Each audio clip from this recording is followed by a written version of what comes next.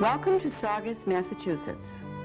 We are presently traveling on Main Street and entering onto Heritage Lane, where contractors and developers are busily pouring foundations and studding roof rafters to make way for new families to take root.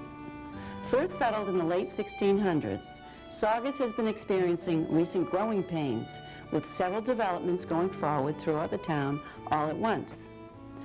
Up until approximately 30 years ago, Saugus consisted of mainly rural areas sprinkled with small shopping centers and a minimum of commercial zones. But because of its close proximity to Boston and home to a natural mix of country beauty and economic closeness, Saugus has grown by leaps and bounds since those long-forgotten days back in the 60s.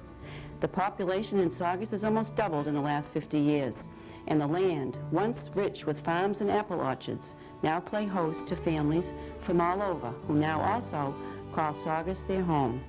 The development we are presently traveling through is called the Berthold Farms. Purchased by the Richmond Company in 1995, this 30-acre parcel was once home to one of the largest farm areas in the town. The houses that are being built here are located on 20,000 square foot lots and feature all the latest in style and elegance. The air is clean and fresh, and the soil just waiting for new seedlings, swing sets, and landscaping. And although the construction and excavating has changed the area tremendously, one thing has remained: a beautiful sprawling oak tree that has been standing at this very same spot for over 100 years. The tree stands alone, almost as if it's still watching over its land as a silent sentry of history and as a witness to progress. If the tree could talk, it could tell us wondrous tales of past, when this beautiful area was home to a different kind of living.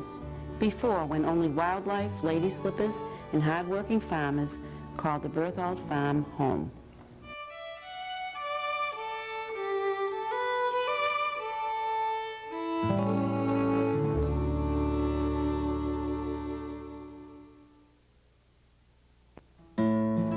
The town of Saugus was once rich with farms at one time, and the upper Main Street, Oakhamvale section of town was host to most of them. The Berthold farm was one of the largest in the area and one of the last to go. The first Berthold, Conrad, came to this country from Bavaria, Germany in 1885 as a very young man. Born in 1866 and orphaned at an early age, he apprenticed as a cabinet maker, and when he saved enough money, he and his only brother booked passage on a ship bound for America.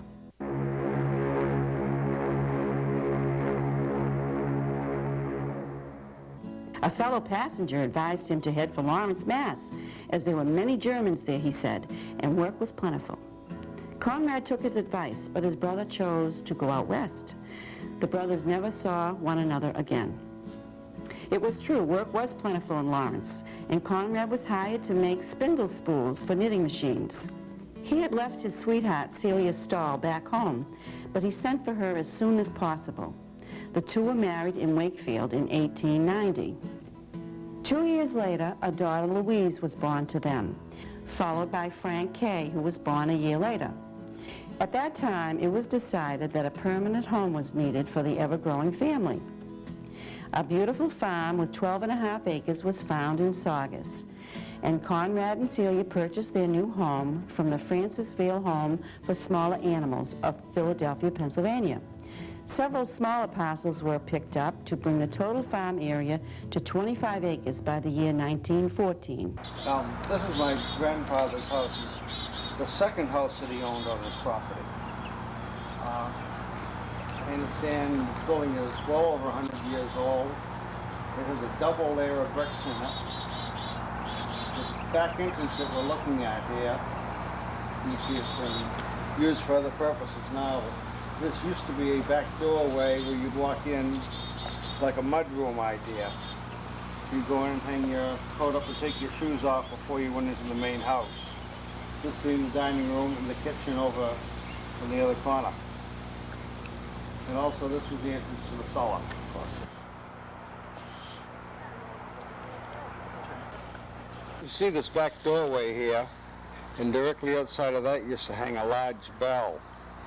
that my grandmother would come out and ring to call the people out of the fields to dinner when dinner was ready. Conrad Berthold ran a thriving dairy business on these 25 acres of farmland. The business was the most demanding and precarious, as rumors had started that raw milk was causing sickness, and the farmers in the Main Street, Howard Street area were not delivering fresh milk. Hearings were being held, and the threat of new regulations requiring a new method called pasteurization was being considered. On August 3rd, 1928, Conrad appeared before the Malden Board of Health defending the use of raw milk. During his testimony, he stated quite eloquently that raw milk was merely fresh, sweet milk, properly cooled and delivered to the customer within a few hours after it had been produced. Pasteurized milk, in my opinion, he said, was milk that may be 5 or 6 days old before delivery. Mr. Berthold also claimed that it was a matter of record that the strongest and healthiest persons have thrived on raw milk, and he defied the Malden inspector to show a single case of disease of any kind that was caused by milk from the Berthold farm. He presented an eloquent case, but eventually pasteurization became law. Mr. Berthold succeeded in prolonging the inevitable for a while, but by the 1930s, most small dairies, including the Berthold farm, were put out of business.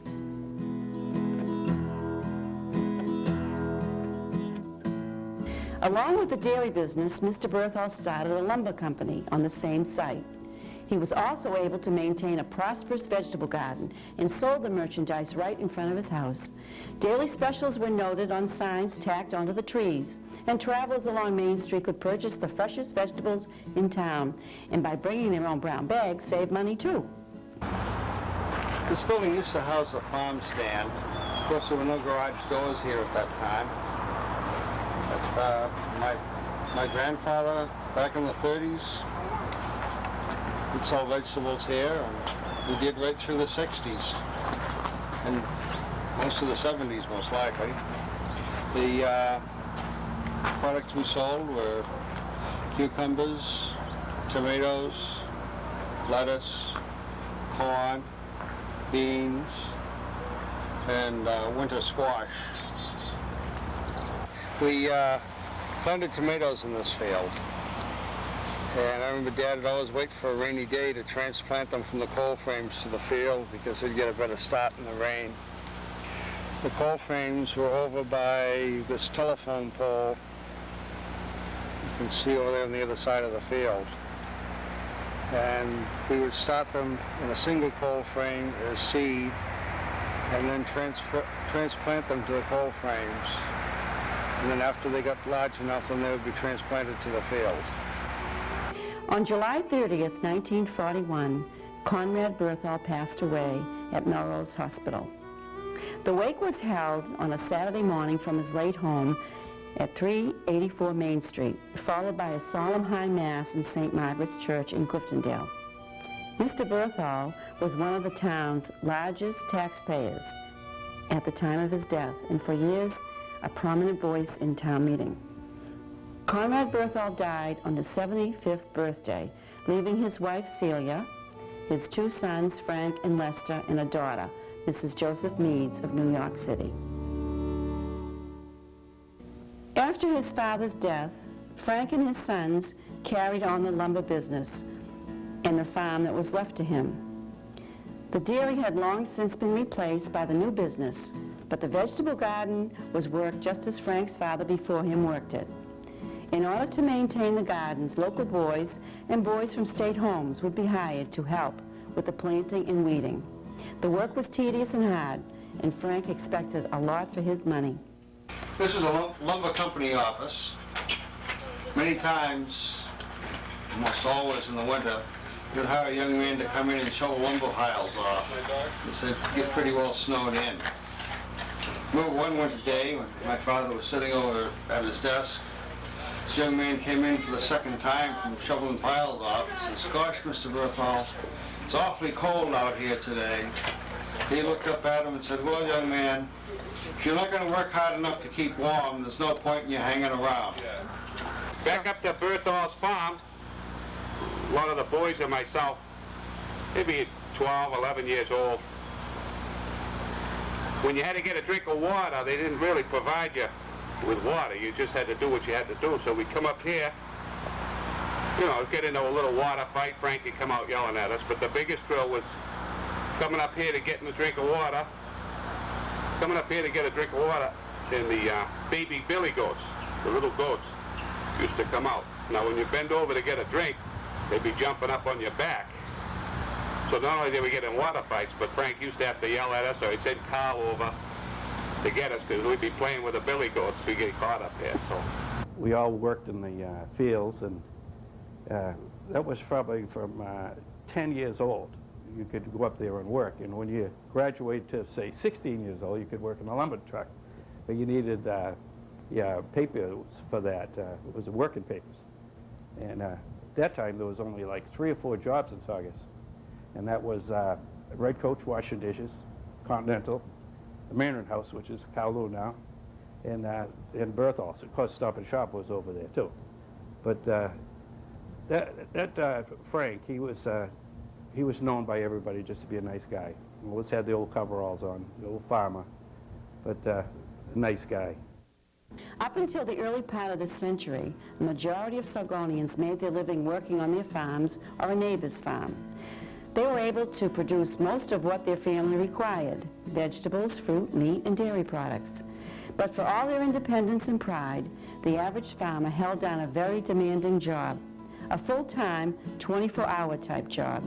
The cows needed to be milked twice a day, at 5 a.m. and 7 p.m. generally, but that was just the beginning. Bottles needed to be washed, and warm, fresh milk needed to be separated into cream and butter, then packaged and placed in a wagon that would carry the goods to the stoops of families all over the Saugus area. There were no vacations for farmers, or holidays or days off, and even the children needed to work at the farm. I was 12, from the time I was 12, and I used to have to carry the cans of milk to the milk room and put them in the trough for cooling overnight. Then every Saturday and Sunday and all summer, I had to help deliver milk and help put it up in the milk room. I mean, you talk to a lot of the kids, they either worked at the lumber company or on the farm for either Frank, which was Wayne's grandfather, or how much do they get paid now? farm wage back then was like $3-something an hour when I first moved onto the property. All the children had to work. All the children had to work. Boys and girls had to work. They had to do weeding. They had to do farm work. They had to, like I did, I had to help with the bottle the milk and cap the milk and deliver the milk. And as I say, wash the bottles. But all the children had to help. My older sister was 8 years older, Ruth May, and she had to work on the farm. She did a lot of farm work. A lot of the kids that grew up in Saugus know either the farm or the lumber company because the farm could hire young kids that couldn't get a job anywhere else when they were like 11 and 12. And most of the time when they were there weeding, it was come early in the morning before it got too hot, and by 10 o'clock, most of the weeding was done, and they were let go for the day, and it gave them a couple dollars spending money for the day. Some of the kids would stay longer to help my mother-in-law bring like the bushel baskets in out of the fields for the stuff that was picked if they weren't weeding that particular day. The Bertholds planted a wide variety of crops for profit and necessity. The early fall was a time when the farmers would stockpile their crops to brace for the cold winters. Throughout the cold winter months, the Bertholds were able to enjoy the fruits of their labor. A lot of the vegetables, like I said, were either canned or frozen. Between the broccoli, the cauliflower, Brussels sprouts, green beans, spaghetti sauce, stewed tomatoes, pumpkins. Yeah, it's a lot of work, but you don't really think of the work when you actually sit down and eat the food, because it's well worth it. You know, it hasn't been sitting around for a week or two in a cooler, and you just go out there and cut it, bring it in, wash it, and cook it, or just eat it raw. The kids used to. When they were little, they used to go out and pick the peas and eat them like M&Ms. Springtime was the busiest of seasons, as planting needed to be accomplished and timing was everything. There was no putting off until tomorrow when Mother Nature was involved. Crops were rotated every other year to maintain a healthy soil, and weeding was a necessary evil which most farmers dreaded, and rightly so. It was a back-breaking chore. All these kids that used to go up there would start on an end and take a row and then move over another 3 or 4 rows, but it seemed never ending. And it was the type of work, you say, geez, what's gonna happen when I get out of school? I gotta do this 40 hours a week. It was a tough one. But you're done with the whole field and you might graduate to picking tomatoes, you know, and that day you get paid by the bushels. But the weeding, we got a quarter an hour. And I think we spent about a quarter on our way home. We'd stop in Gray's variety store there, get a sarsaparilla from Castle Rock that's made in Saugus, and a bag of chips, and then we'd walk home. And that was probably 4 miles. Wayne worked at the lumber company, and he also was the one that plowed up all the fields. Out of the 22-acre parcel, about 10 acres every year used to get planted, which helped keep the taxes down, because with that sized lot, the taxes would be astronomical. Wayne used to plow the fields up, help plant them. My mother-in-law and father-in-law used to plant it before that.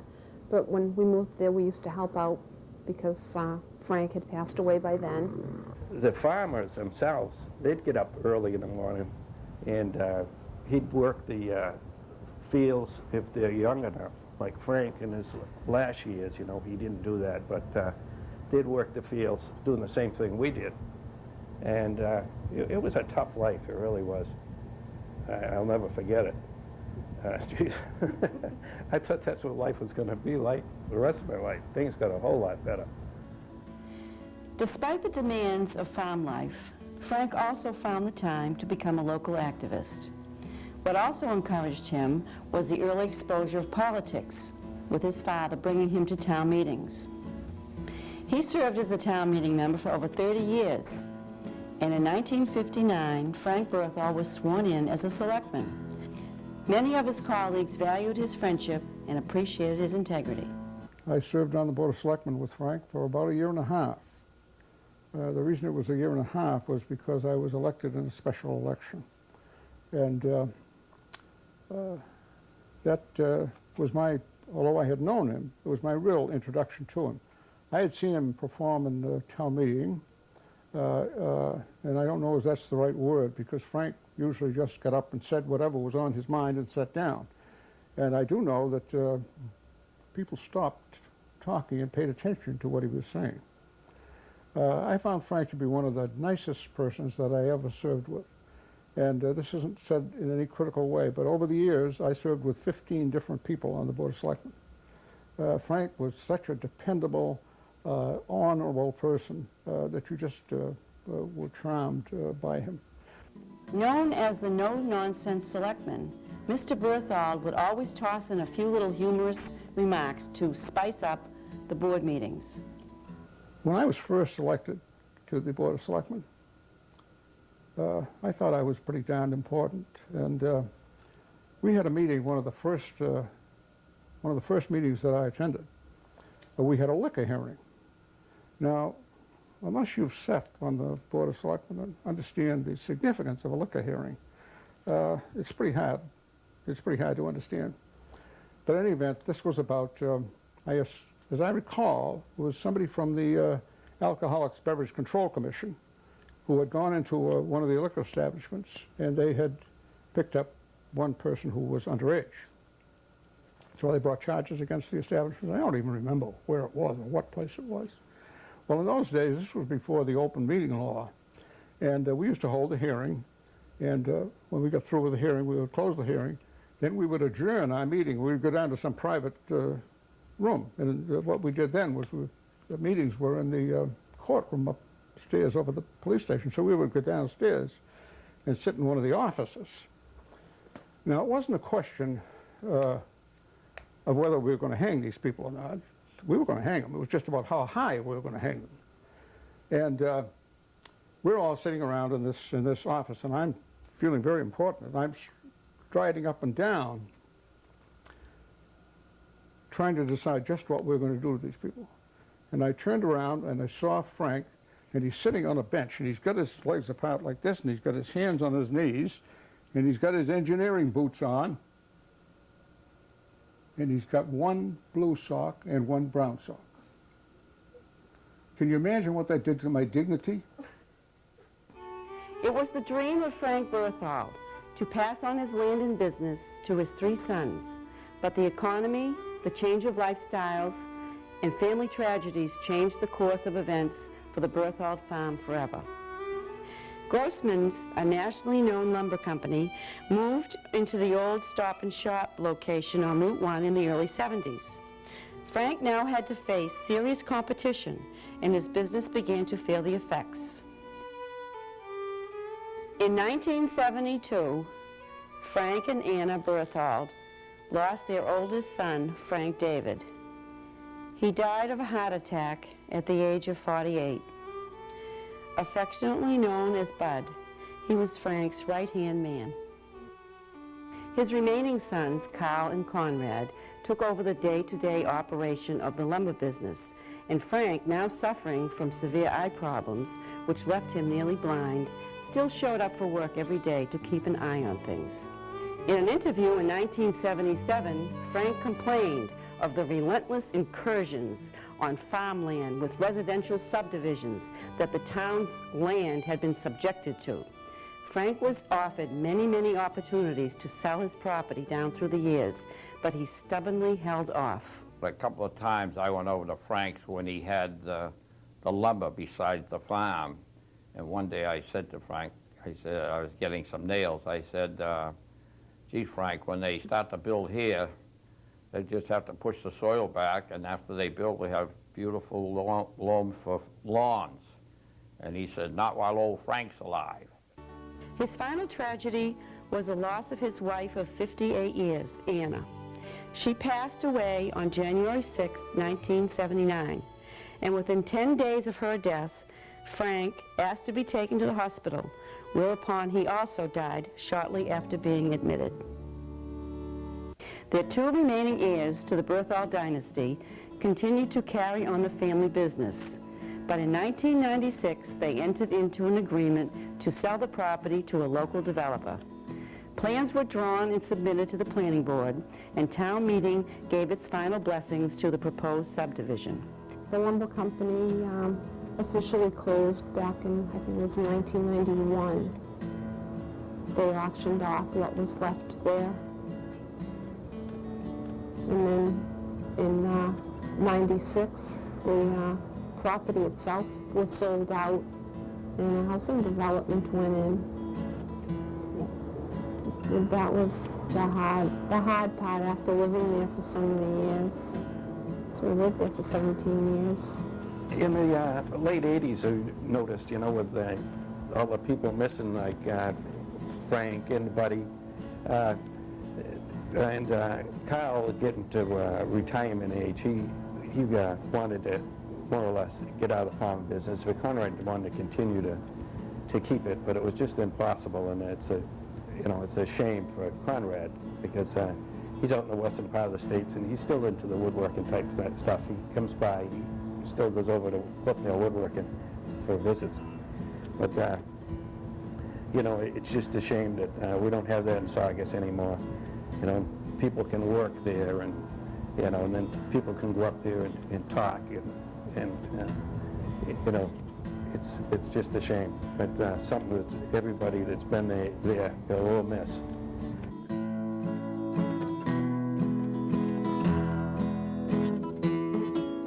Once the land and buildings were sold, bulldozers came in and demolished the family home and adjoining barns. The hayfields were leveled, vegetation was removed, and the lady slippers were covered over with new soil. After the land was cleared and leveled, foundations were poured, walls were built, and brand new mailboxes were installed. Today, in the year 2000, a brand new generation of families call Berthold Farms their home. The new dwellings are beautiful, and the landscaping is in peaceful harmony with the area. The only remaining trace of the Berthold legacy is the proud and stately oak tree, still standing and still watching.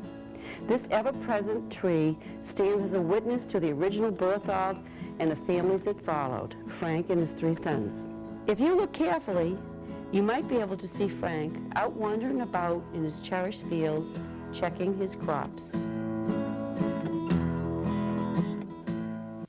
Where is now the merry party I remember long ago, laughing round the Christmas fireside, brightened by its ruddy glow? Or in summer's balmy evenings, in the fields upon the hay, they have all dispersed and wandered far away, far away.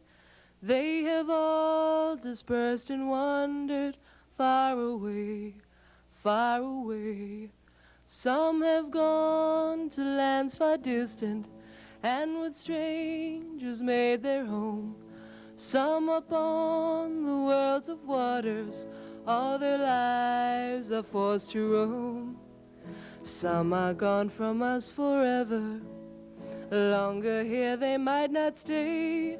They have reached a fairer region, far away, far away. They have reached a fairer region, far away, far away. There are still some few remaining who remind us of the past, but they change as all things change here. Nothing in this world can last. Years roll on and pass forever. What is coming, who can say? Ere this close as many may be, far away, far away. Ere this close as many may be, far away, far away.